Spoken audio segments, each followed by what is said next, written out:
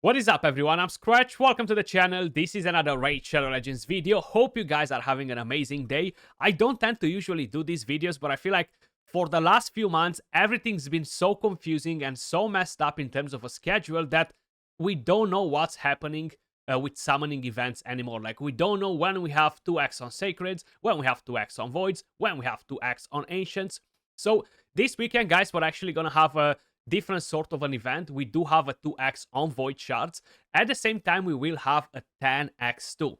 So I kind of like want to give you my take on this champion. I've already released a guide, possibly one of the worst champions in Raid Shadow Legends when we are talking about Void Legendaries. And some people might disagree and be like, Skratch, you're wrong, he can do all these things. Well, honestly, I don't think that he can do that many things. Yes, if you get him, you can play him for fun and just enjoy him because you got him. He's your new shiny toy. But overall, comparing him with other champions that bring so much more utility, even in a PvE content, is just a bit sad. So I would suggest you don't open any shards for this particular 10x. So basically, let me just quickly read what Plarium is saying. This Friday, January the 19th, they're planning to launch 2 events simultaneously featuring Monster Hunter themed Legendary Void Champion. They're planning to launch a 2x event to summon epic and legendary champions from Void Shards, so the chances for this will double. And also, they're planning to launch a 10x event to summon Fatalist Blade Master from Void Shards. Please note that the duration of the 10x event will be 1 day shorter. So that means that Friday and Saturday, we're going to have the 10x. Sunday is going to be no 10x. Now, of course, some of us might have to open shards for the Champ Chase tournament just to get the extra fragments for the fusion, okay? And that's fine. Not a problem.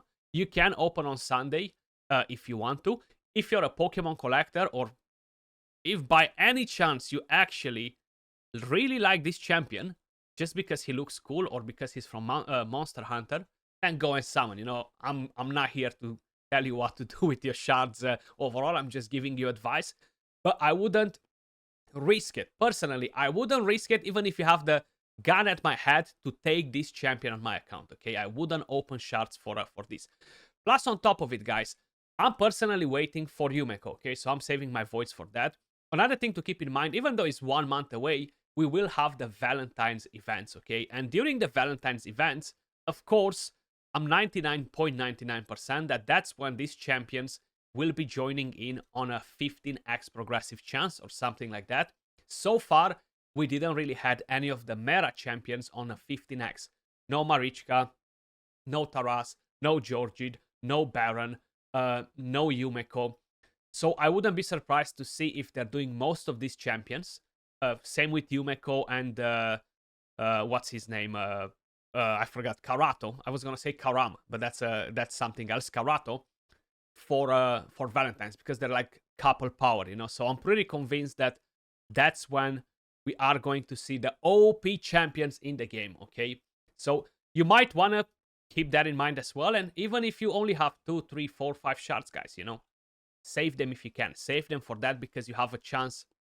You will possibly have a better chance at getting an awesome champion rather than this one, okay? So let me just quickly explain you everything about this champion again, because some of you guys tend to believe that this champion is not meant to be for arena for whatever reason. So let's just start by saying an HP-based champion. Design-wise, he looks amazing. I love the design on the champion. They've done an amazing job. And yes, if you are a Monster Hunter fan, guys, I understand that you want to collect all the Pokemons, okay? But basically, this champion has an HP aura for arena battles only, okay? Arena battles.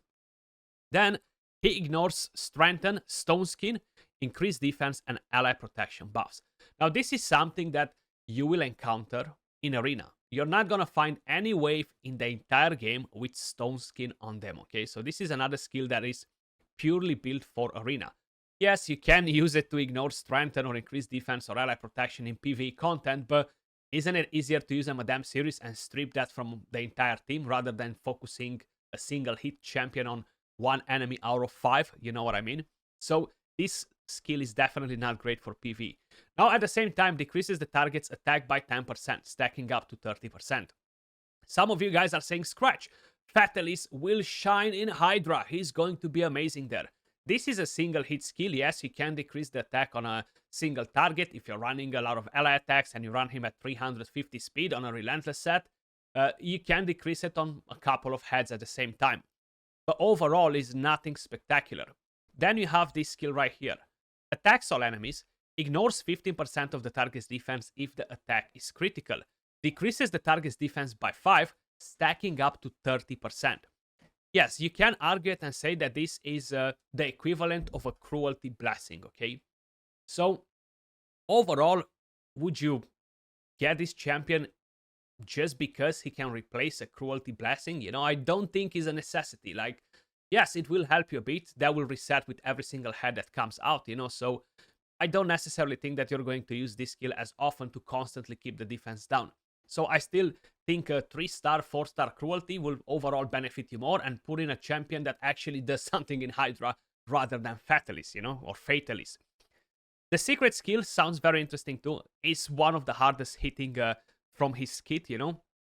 But again, he just doesn't have enough firepower to compete in arena. Even for live arena, guys, yes, you can say it. They're longer fights, you're going to decrease their defense, their attack, and slowly you're going to pick them down. Probably you can in a 5 minutes fight, you're going to play around with him, you know, and do it. And I'm not talking about people that have OP accounts going against weaker accounts and completely annihilate them, you know, because most of the champions will do that.